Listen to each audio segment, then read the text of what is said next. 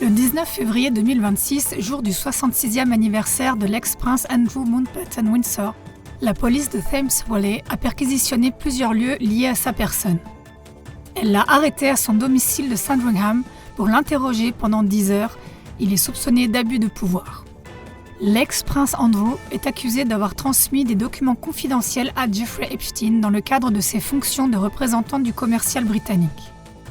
Son frère, le roi Charles III, a déclaré avoir pris connaissance de la nouvelle avec la plus grande inquiétude, mais a souligné que la justice devait suivre son cours.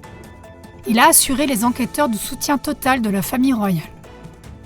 Il y a plusieurs mois, Charles avait déjà retiré à Andrew tous ses titres et privilèges, notamment son titre de prince et son droit de résider au Royal Lodge.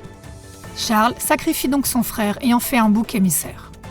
Mais Charles lui-même et la famille royale ont entretenu pendant de nombreuses années des relations étroites avec des criminels endurcis qui ont violé, torturé et abusé des enfants. Il a par exemple été pendant de longues années ami avec le pédophile Jimmy Savile et l'évêque pédophile Peter Ball. Ce dernier étant même l'invité d'honneur du mariage de Charles et Camilla en 2005. Selon le témoignage de Chris Stevens, pseudonyme Phoenix Caspian, Charles aurait également été impliqué dans des abus sexuels sur des enfants à l'école Aldenham. Ses fils, les princes William et Harry, auraient également été impliqués dans des abus sexuels sur des enfants et des sacrifices, selon le témoignage de Raek Swan. Vous pouvez voir ces déclarations et d'autres détails choquants dans les émissions suivantes de CLA TV. Le dossier Roi Charles III, Regard derrière les murs du palais et Victoire sur la secte du sang, troisième partie, 247 victimes, 135 témoins, 172 bourreaux et complices par Loïs Sazek. Alors, quelle crédibilité accorder aux propos de Charles qui insiste sur le fait que la justice doit suivre son cours? De nombreux éléments indiquent qu'il est question d'un réseau pédophile organisé à l'échelle mondiale dans les plus hautes sphères.